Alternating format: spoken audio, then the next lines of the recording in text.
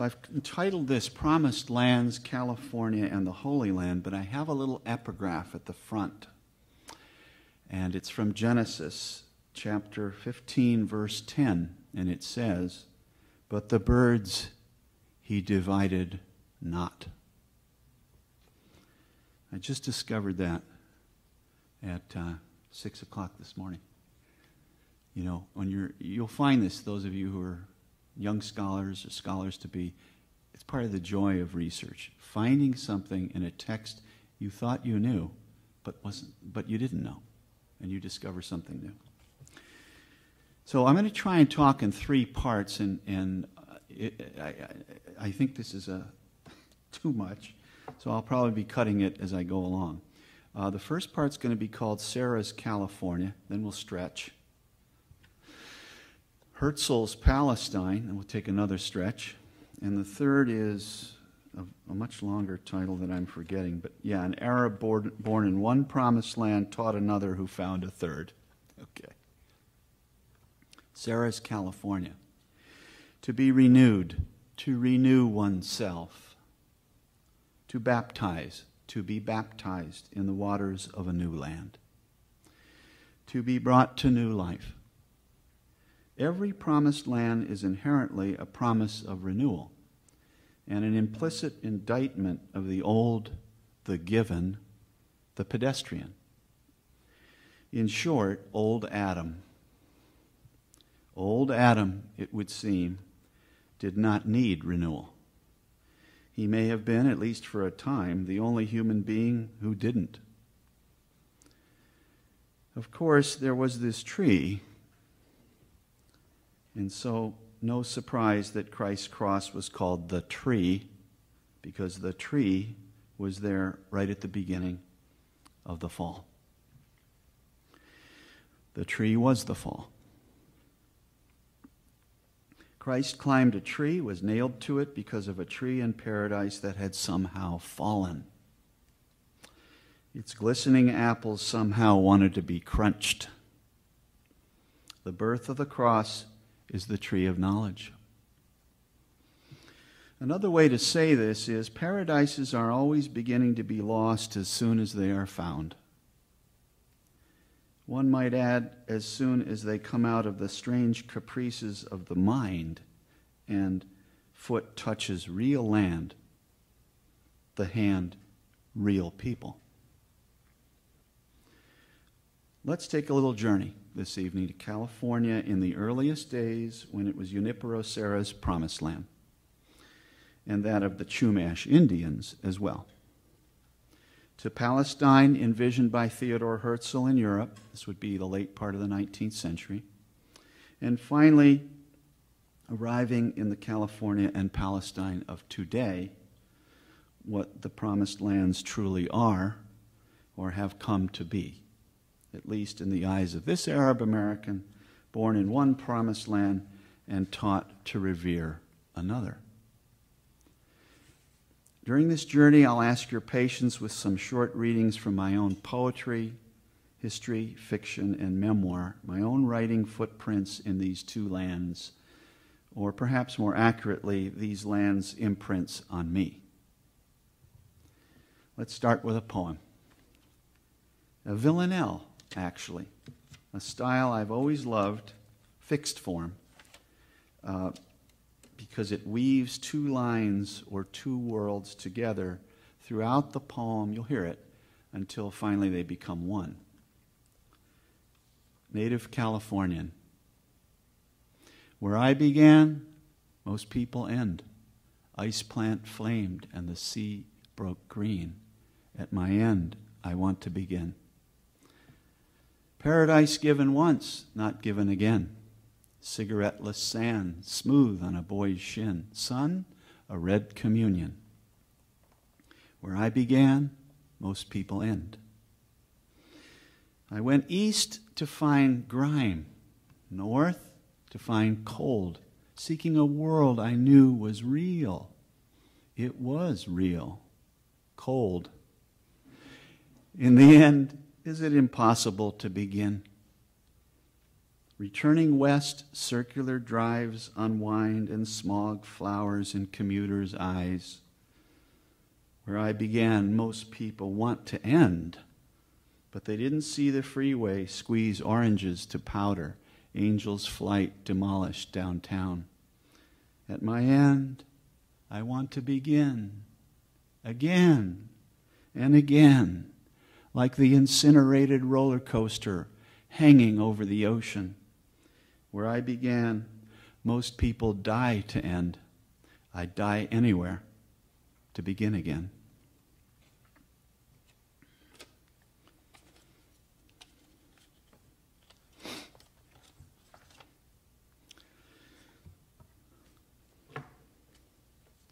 Maybe just one less serious, but hopefully sense of what contemporary California has meant to me. This is a short excerpt, paragraph or two, from the new book of short stories. And it's taken from a short story called A Portrait of the Artist in Disneyland Shadow. Anybody here from Anaheim or nearabouts? All right. True compatriots of mine. To me, Anaheim means black widows and new garages, carpets of snails feasting on tender grass, everyone young, even the old people, and great storehouses of sunlight drawn from even into the night, so that night was only an afterthought of day. I hardly remember the night in Anaheim. Was I always awake? Anaheim, in our housing tract of Lincoln Park, was a childhood in an era when the nation was still a child. Call it a child whose knees were being skinned with a hospital over the horizon. But child still, brash and open, sparkling in eye, spry of knee, clothed by sun and home, where even concrete seemed soft. One late August day, that summer, the Alps came to Orange County. You know, the Matterhorn. I was out front watering the boxwood hedges, inhaling the earth under the odorless button-leaf dichondra, when I noticed a chubby girl with chalk-white skin standing still on our sidewalk. Her ear was cocked. "Are you a boy?" "Excuse me?" "Are you a boy? You seem to water like a boy." "Well, how does a boy water?" "Boys water loud." My spigot was directed at short range, and I suddenly realized I was squirting the peat moss off the soil. "And how do men water?" "Men water far and soft, like the beginning of Beethoven's Sixth." The girl pulled on the straps of a yellow halter attached to short pants. Her thighs oozed out of the stretched fabric. She did not seem Californian, though her hair was blonde, dull blonde in a tight bun. There was not a hint of sun on her skin. She was silent a while, her gray eyes moving, aimed at the sky, the sidewalk, then me briefly, before the street. "Look," she said, "I'm blind. I've run away." "From where?" "Across the street. That's my house." I'd noticed a man dumping his stink of manure onto bare ground, and a tall, large woman with big eyes and mouth wearing a turban directing where he should dump it. I'd noticed a blonde kid younger than I with a butch haircut, but I'd never seen this girl before. "My name is Jimmy Lou." She stuck her hand out as if she were to shake our front yard. I dropped the hose, walked over to her, took this hand. It was sweaty. Her breath smelled of creamed corn. "How long are you running away for?" "Oh, I don't know, as long as I can." "Does half an hour sound too long?" "No, that sounds okay. You don't mind if I sit on the sidewalk and listen to you water?" "No harm, I guess. I don't suppose you have a chair nearby." in the garage. No, please, forget what I said. I like the sidewalk. Keep working. By the way, how old are you? 12? You speak older, but you water young. I'm 14. That means I'm more mature. Does that bother you? I shrugged my shoulders. Pardon me, I couldn't see that. Sorry, somebody has to be 14, I guess. Somebody has to be 12, too. I find you rather on the philosophic side. That's very nice. What is your name? Frank Matter. Matter? You do? She gave a little cluck. I didn't respond, just flicked my nozzle. I like to use the word rather, she said. The English do that. I think the English are really the best writers, don't you? I've been reading Louisa May Alcott. Isn't she English? I sure hope so, because I love the way she uses the word rather, and dare say and truly. It just adds more life. Anyway, that goes on a bit. That's to give you a little splash into my California. But now let's go back, okay? Can't take your break just yet.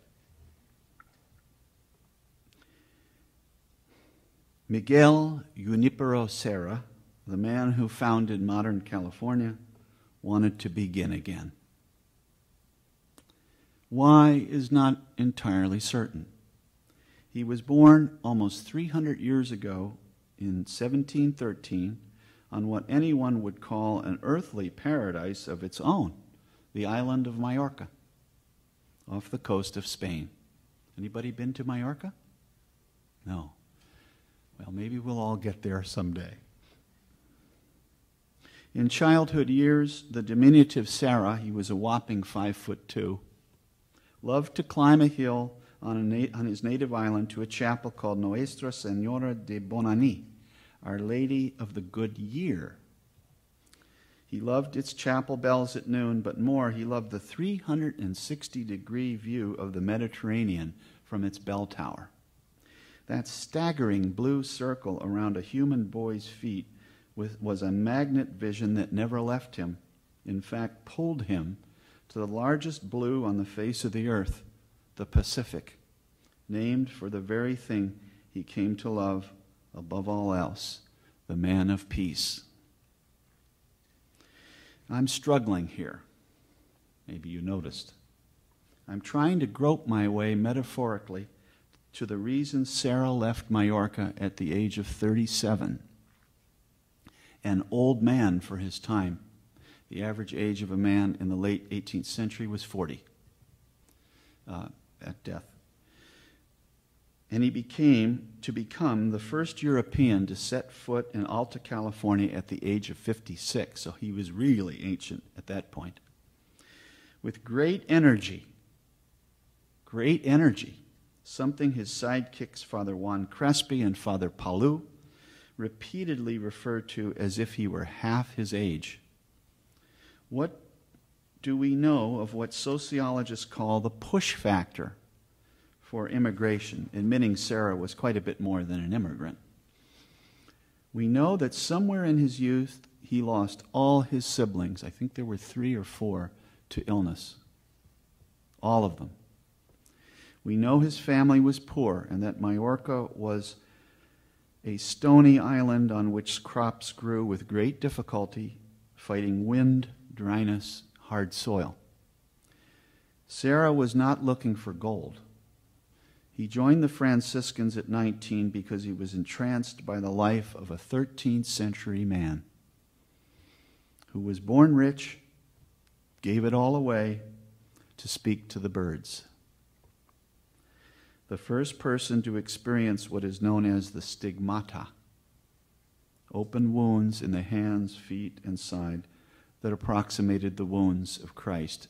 St. Francis was made a saint, I think it was within 2 years of his death. That is extraordinary. It's no surprise that when he came to name Los Angeles 500 years later and half the world away, Father Sarah named it after an old broken-down church Francis of Assisi first took refuge in when he renounced the world. Nuestra Señora de los Ángeles de la Porciúncula. God, that's a hard word. Porciúncula, Our Lady of the Angels, that Porciúncula being named for the little plot of land on which St. Francis's broken chapel was found. It labeled what we now call the L.A. Wash. But Sarah had other elements of promised land in his blood than his devotion to Francis. He almost never became a priest because it was discovered that a relative of his was named Abraham, suggesting, some historians believe, that he came from a Jewish family, or the Chueta, as they were called on Majorca. According to Baruch Bronstein, the name Sarah frequently comes up on rolls of the Inquisition, which, though petering out in 18th century Spain, was unfortunately not completely dead. Nevertheless, Miguel Serra passed inspection and took the name of a St. Francis companion, Junipero. But wait, Abraham in Arabic is Ibrahim, a common name in the Arab world. More than one historian has suggested that given the Moorish conquest of Spain in 711 AD and the long sojourn of the Arabs on Majorca and other Mediterranean islands like Sicily, Sarah may have just as easily had Arab blood as Jewish, putting aside for a minute that Arab blood, at least that of the Canaanites, and Jewish blood was intermingled from the start. A fact that would certainly send the blood of Likud settlers and Deir Hamas today running. One more push factor, a fanciful one, a literary one. A popular novel written in the 17th century in Spain entranced many Spanish explorers, speaking of a land in the New World populated by Amazonians and Amazon women, and ruled by one Queen Calafia. That's where the name California comes from, Queen Calafia. California, in short, was a mythical place to Spaniards before Sarah was even born. I'm not sure Queen Calafia was a tall blonde, but if she were, that affixes the stereotype about whom the Beach Boys rhapsodized 400 years later with their poetry in the sand. You see, you can have some fun writing these dull, dry essays. Sarah became the lone survivor of his mortal family. His disgust with the academic desiccation of the subject of Christ, he became a theology professor and loathed its dryness over time, was growing. His disgust with hot chocolate he saw served at Mass to gold-clad women in Mexico City. The desire to save souls, he thought, were closer to God than decadent Europe. Whatever it was, Sarah left Majorca and later Mexico itself to go to that terra incognita, the promised land, north, that was colder and brighter and closer, he believed, to the Lord. What did he hear? The wind of San Diego Harbor. Feel cold.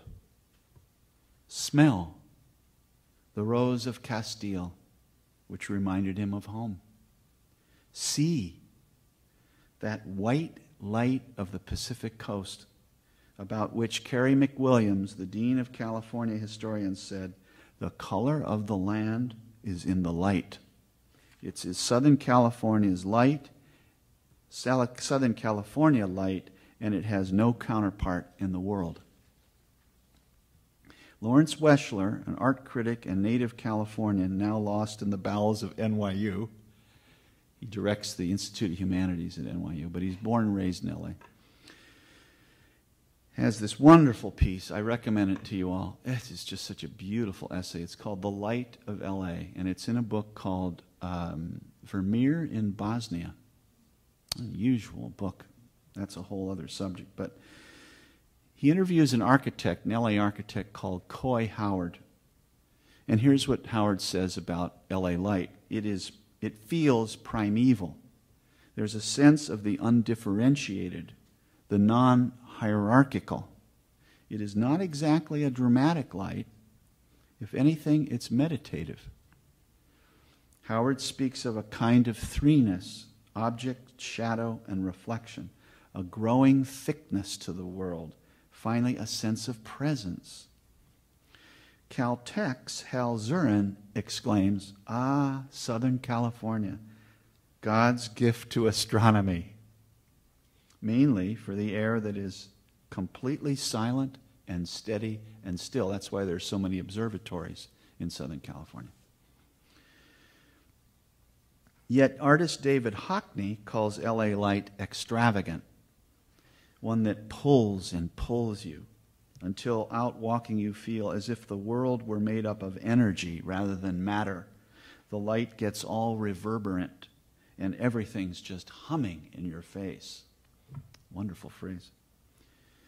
Although some scientists cite dust and smog particles affecting this light, pretty much the light we see on clear days in Southern California is the same light that drew Father Serra north. Founding 9 of his 21 missions himself, walking 6,000 miles and baptizing 6,000 Indians. It drew him, the light, as it did the Indians.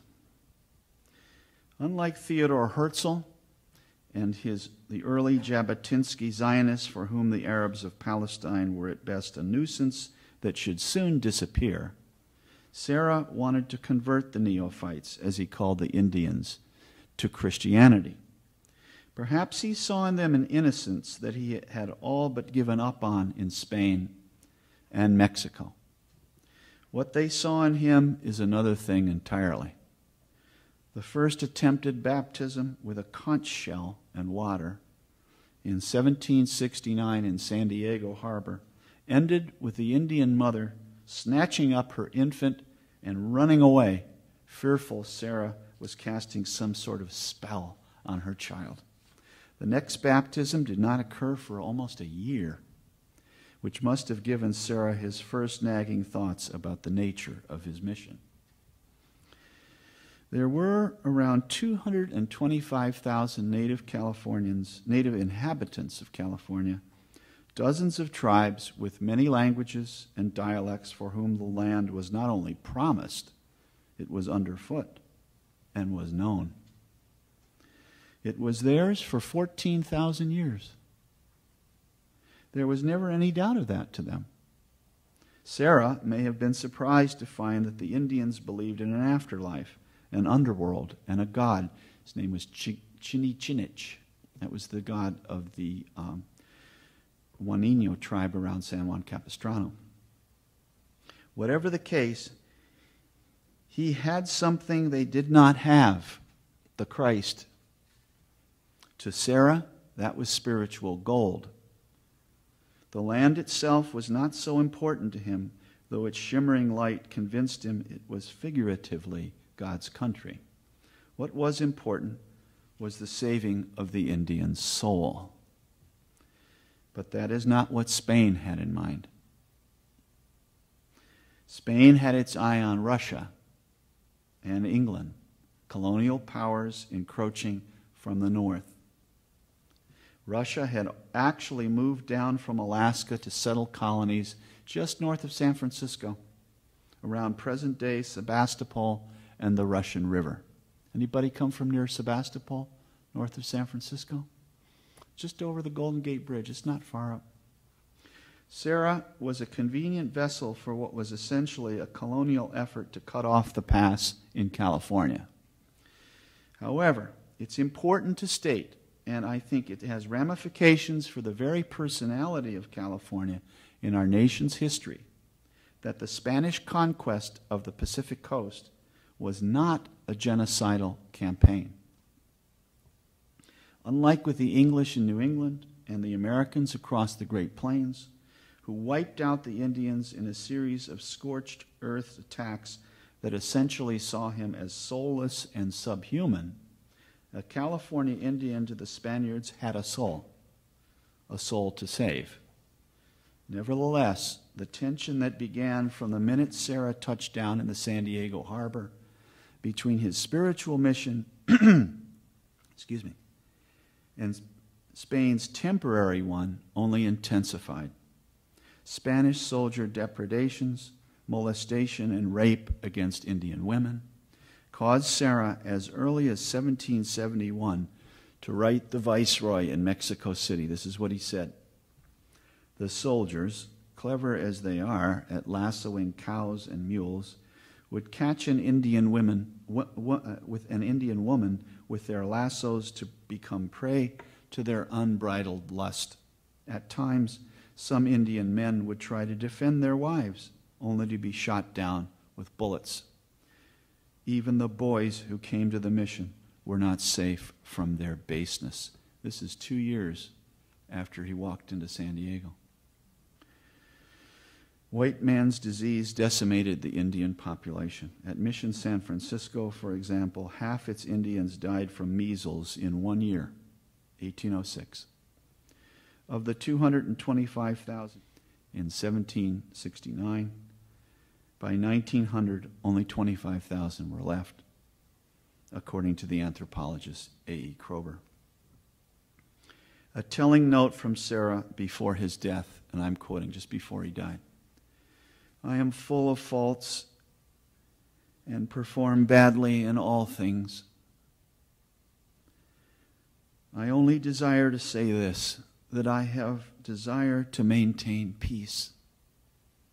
And indeed, what is more desirable in such places of exile as these missions? Note this, the promised land, a place presumably of spiritual liberation and utopic bliss, where Serra had hoped to renew himself and its inhabitants, had turned into a place of near imprisonment, of exile.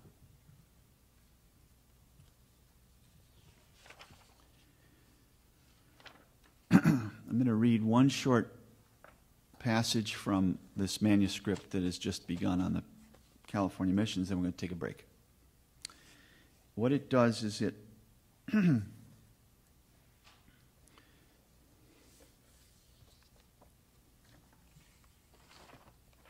it talks about an attack. It talks about an attack, the first attack by the Indians on San Diego Mission in 1775, during the time that the U.S. Continental Congress was going on in the East, 1 year before our freedom as a country was proclaimed. People talk about the California Indians as if they were very passive. And they say, the sort of the common knowledge is they were too passive and they just sort of let themselves sit back and got mowed down by Spaniards in terms of disease, etc. But there were these few uprisings, and I think they're important to note.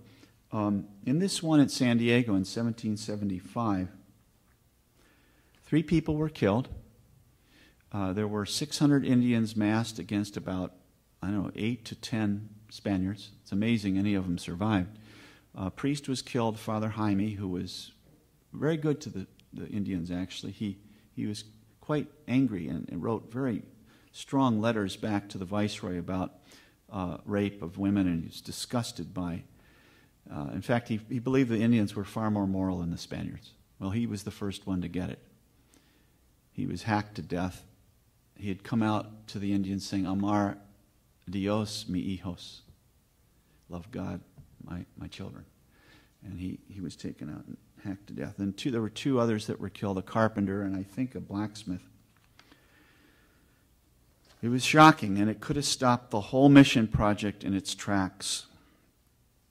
Then Serra did something that I think he didn't realize he had in him. And I'll read this one page from this, and then we'll take a break. In the wake of the first Indian uprising in California, Sarah sat down on December 15th, 1775, to write a soul-searching letter to Viceroy Bucareli in Mexico City. He contemplated the burned, shredded baptismal records, the stolen vestments and utensils of the sacristy. He hovered on giving up. But then he hit on a black spot in the abortive mission to Texas years before. Quote, "May God never permit that these antecedents result in what took place at Mission San Saba. The soldiers are still in their presidios and the Indians in their paganism. A revolt there had inspired the lash. The viceroy ordered severe punishment whose pursuit, though bogged down, turned the Apaches off of Christianity." Then Sarah dropped his love bomb. He reminded Bucareli of his insistence, quote, "at the beginning of these conquests, that, quote, in case the Indians, whether pagans or Christians, would kill me, they should be pardoned." From the very outset of the Spanish movement into Alta California, Sarah seemed to sense violence could be provoked, even expected, and he wasn't going to reciprocate it or the military to avenge it. This was a unique position to take, not only because it is exceptional in its anticipatory mercy, but because it put a particular purpose behind the mission, with martyrdom clearly at its center. Stunningly, it was as if Sarah were asking for forgiveness, not only for the Indian, but from him, right from the start, acknowledging that the Indian was going to have to give up acknowledging what the Indian was going to have to give up in accepting a better way or salvation as he understood it. An intellectual and scholar, Sarah would have also known that the good Indian may have achieved what the Council of Trent established in the 16th century as baptism of desire, without contact with Christianity. In short, he knew that the good among the Indians could already be construed as saved, though Crusader whites would not have known that, and that his evangelical mission to demonstrably save them with baptism of water may have been a spiritual redundancy. This realization would have had to have been deeply private, lest his whole mission, his whole calling to the New World, be deemed hollow. Sarah went further. He asked for clemency for all rebel Indians in prison in San Diego, including those who had murdered Father Jaime. He asked that all, after some, quote, moderate punishment, be released immediately. What of the rejoinder to this astonishing stance, that an exemplary punishment such as execution would deter others from such attacks? Sarah tackled it simply but profoundly, and I'm quoting, "To prevent the Indians from killing others, let the soldiers protect us in better fashion than they did the now deceased padre, and allow the murderer to live so that he can be saved. That is the purpose of our coming here, and the title which justifies our presence here." In short, the gospel of love. Let's at least try a little bit of part two. Huh? It's called Herzl's Palestine. If California was hatched in the imaginations of Europeans by a novel of Amazonian women, two novels gave birth and wings to the whole notion of modern Palestine as a national home for the Jewish people. The first, published in 1897, was called Altneuland, or Old New Land in German. And it was written by the founder of modern Zionism, Theodor Herzl. The second novel is called Exodus. It was written by Leon Uris and published in 1958, in the first decade of the modern state of Israel's existence. And it is one of the legendary bestsellers in U.S. publishing history.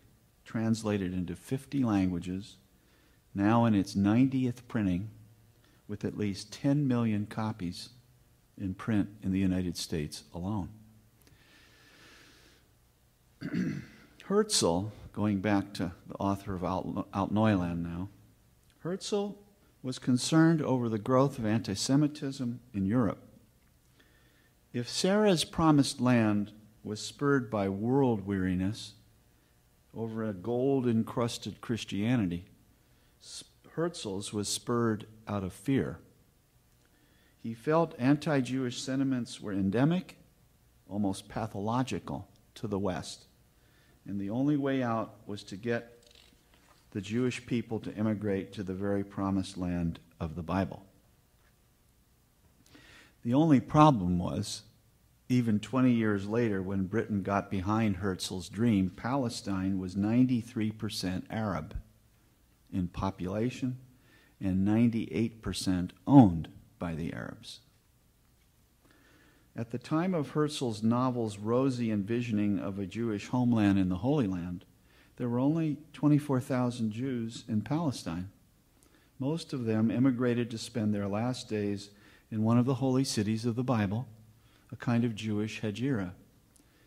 Others had come to escape pogroms, especially in Russia, but very few had an identifiable genealogical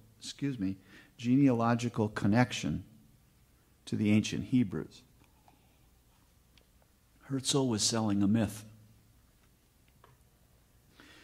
What are some of the biblical passages on which the land of Israel is proclaimed? Well, God, of course, gives the land to Abraham in Genesis chapter 15. He says, "To thy seed will I give this land from the river of Egypt even to the great river Euphrates."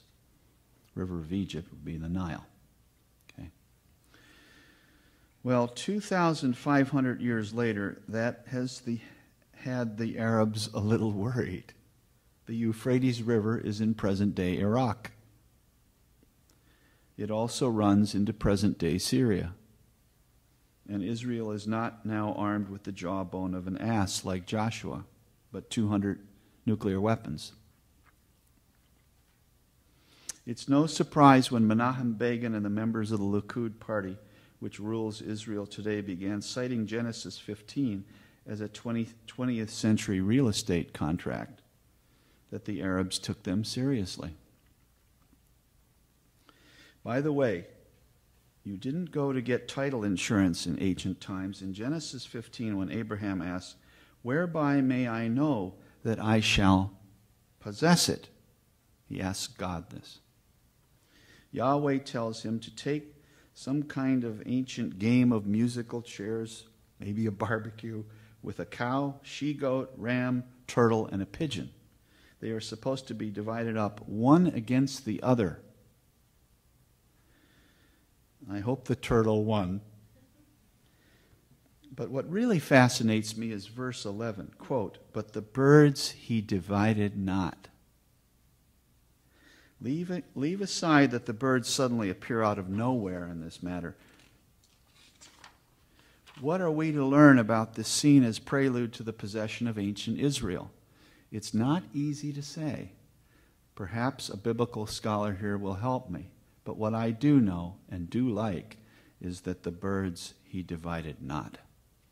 The freedom of birds, the human desire to fly and reach one's potential, the young children of Israel and Palestine that Bobby Gottschalk deals with in her wonderful main Seeds of Peace camps. She's been here for a week now. I think some of you have met her. These birds of the Spirit cannot be divided. I like to think there was a lesson of peace and human dignity in the Genesis story that has been twisted and turned so many times over 5 contemporary wars in the Middle East to justify the shedding of blood. The land of milk and honey, we are told, is the promised land. In the Canticle of Canticles, it extends even to Lebanon, where the lover's raiment has the fresh odor of the cedars. But the land as it is, or was, when the early Zionists claimed it as their own in a problematic fiction, was neither Disneyland nor empty. The Palestinian naturalist, this is the gentleman I just mentioned to you, and lawyer Raja Shahadi, whose marvelous recent book, Palestinian Walks, takes us on several hikes of the West Bank, arroyos, and hills, noted about 19th century travelers to Palestine. This is Shahadi speaking. It is as though once the travelers took the arduous trip to visit Palestine and did not find what they were seeking, the land as it existed in their imagination, they took a strong aversion to what they found. Unquote. Now, Shahadi quotes Mark Twain, who wrote a very early novel of his called, actually, I'm not sure it's a novel, it's more of a travelogue, Innocents Abroad. Right? I think it's a nonfiction. And here's what Twain says about Palestine. This would be in the mid-19th century. Palestine sits in sackcloth and ashes. Palestine is desolate and unlovely. Unquote. Would that Palestine had been taken neither as heaven or hell, but just a place of human dwelling with its own history. There's a terrible double-headedness in the early Zionist period. On the one hand, Herzl asks rhetorically of the Arabs of Palestine, who would think of sending them away? On the other hand, later, he confides in his diary he will exhort the new settlers to, quote, gently expropriate property and, quote, try to spirit the penniless population across the border by procuring employment for it in the transit countries. Sound familiar? In the meantime, Herzl thought the natives could be employed to kill wild animals that Jews would not touch, like snakes, and that the settlers would, quote, pay a high premium for snakeskins as well as their spawn.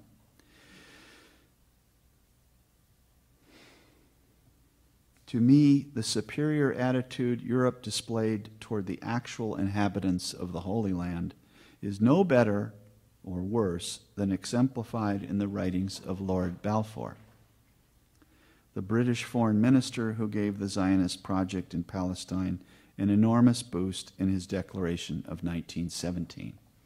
Balfour's document told the world, quote, His Majesty's government view with favor the establishment in Palestine of a national home for the Jewish people, it being clearly understood that nothing shall be done which may prejudice the civil and religious rights of the existing non-Jewish communities in Palestine. Unquote. That sounds reasonable, right? But it was not until the late 1970s, so what is that, 60 years after the Balfour Declaration, that a British historian uncovered a later message Balfour sent to his own cabinet in secret. Here's what it says. Zionism, be it right or wrong, good or bad, is rooted in age-long traditions, in present needs, in future hopes of far profounder import than the desires and prejudices of the 700,000 Arabs who now inhabit that ancient land. Unquote. Now, consider that phrase, far profounder import. Where did it come from? It came from the British Empire, on which no sun set. That empire, once worldwide, is now reduced to specks of islands in the Caribbean and the Falklands. Correct me if I'm wrong, but the first place to rebel against this extraordinary arrogance of culture and spirit was a far-off place near Boston that the British must have thought, as Richard Cohen once said of the Arab world, a pretty bad neighborhood.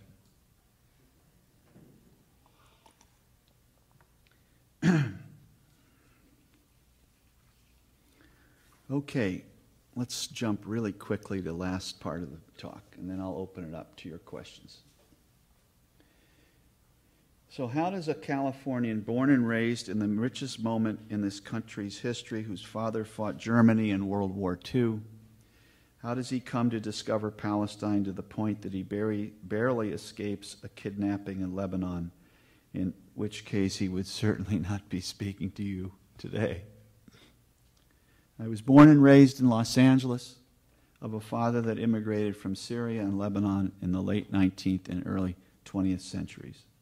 I descend from the first documented immigrant family from the Arab world to the country, the Arbelis, who came here in 1878. They were escaping in part internecine warfare between Druze and Christians and wanted economic opportunity not easily found in the Ottoman Empire at the time. They came to New York City, where my grandmother Nazira peddled at the turn of the century, selling holy water, which she said she blessed herself. How and why did both my parents' families go to California after the war? In a word, sun and dearth. Dearth. Arif Orfalea Sr. had lost all his money in the Depression. He also lost some love for his wife, and they came out here decidedly cool to each other. My mother's father had emphysema. The cold of Brooklyn was literally life-threatening to him, and so it was either Florida or California, said the doctor. Honey, my grandmother Matilda once told me, Florida was sun and no business. California was sun and business. The choice was obvious. I grew up playing in her great flowering eucalyptus tree in Pasadena and in the dollhouse of my grandmother Nazira in the Wilshire district. Our Arab life, its dancing and weddings and funerals and haflis, maharjans and argilis, was separate from our American life. Both went on together, almost oblivious of each other. I was once called a nigger, but not a sand nigger, as Arabs are called in Detroit today. My father was partners with Jews in the garment industry. On our street in Tarzana, footballs fired away between the Orfalea and Blumberg families. We all body surfed or surfed. We did all the things Californians love to do. Ice skate at Lake Arrowhead, snorkel dive at Laguna, water ski at Tahoe, kiss on Mulholland Drive. But I graduated from high school, Crespi Carmelite, on June 5th, 1967. I didn't know it then, but Palestine was being planted in me that day, more than a diploma. As the graduates danced in the backyard, a news report came on the intercom throughout the house. Israeli warplanes had attacked 5 Arab countries at once and flattened the air forces on the ground of Egypt and Syria. I watched my father put his ear up to the intercom, and the color drained from his face. I graduated from more than high school that day. Perhaps it was going to school away from California, the place of a childhood that frankly couldn't have been happier.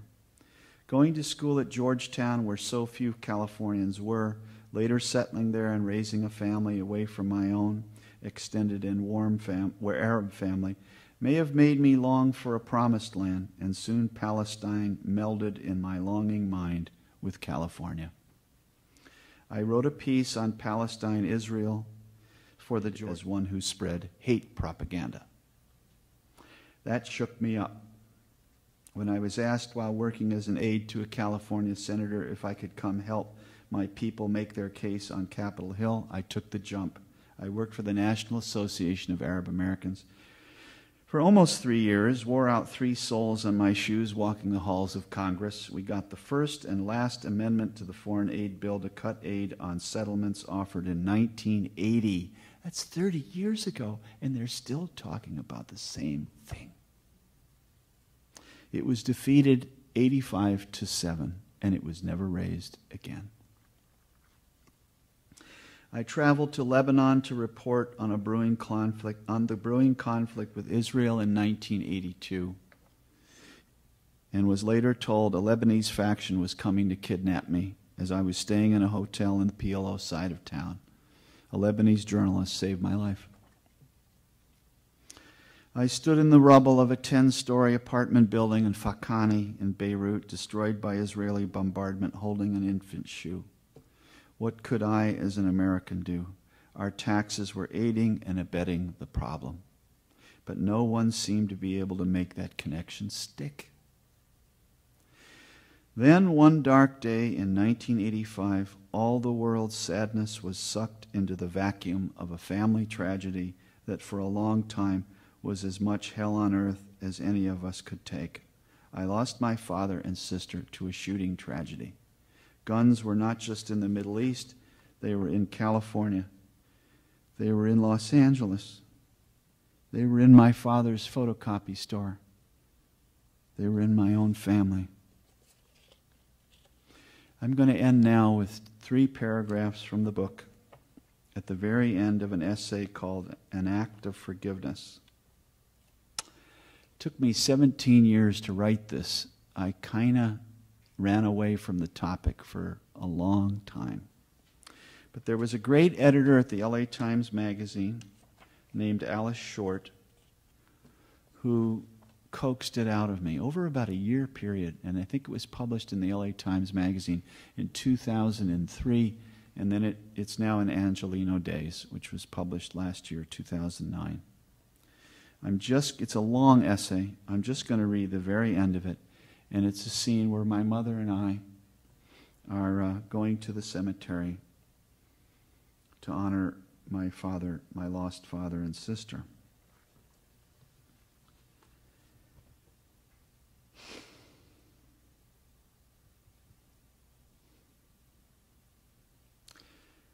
For all the justifiable outrage about bin Laden and his henchmen, the hue and cry had begun to make me wonder about the nature of revenge. Yes, they need to be brought to justice, but more than half the battle in staving off a recurrence of such heinous acts is to try and understand why they happen in the first place, and to do something about the milieu of deprivation, injustice, and hatred that brings people to such an abyss. We need to look at the history of the region and our poor part in it. Slamming the door on terror through force is not nearly enough and may itself reap a bitter harvest. I finally realized that I couldn't begin to think of forgiveness until I looked closely at the human face that took my loved ones, the history of that face, and the depths of despair that mental illness brought to it. I had to face my sister in the way I have been given to confront such things through writing. At the cemetery, my mother filled a jug of water at the tap by the road and handed it to me. It was the first time there, my first time there, since our loved ones were killed 17 years before. Mother carried with her 2 miniature roses, one yellow, one fire engine red. It took a while to find the graves.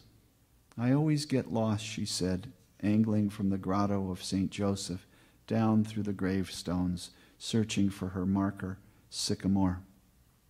We passed a replica of the Pieta.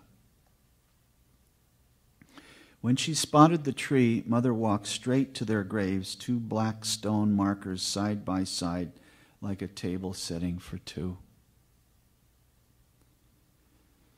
She knelt and with a cloth wiped the markings of snails, dead insects, and dirt. Soon the darkness shone below her knotted hand. I busied myself uprooting the grass along the edges of the black stones, just as my father used to do for his parents' graves here, as if you could tidy sorrow itself.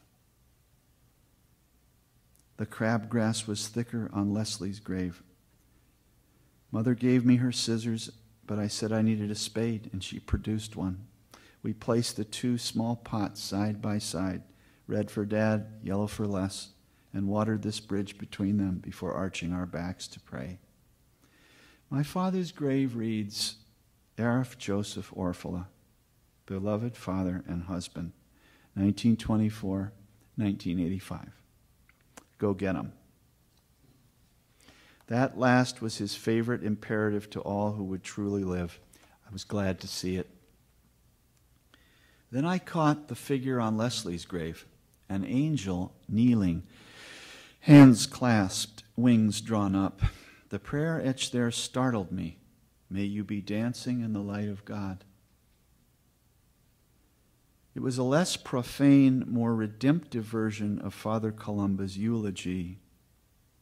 Leslie and Arif are dancing with the angels that had struck me back then as impossible, even absurd.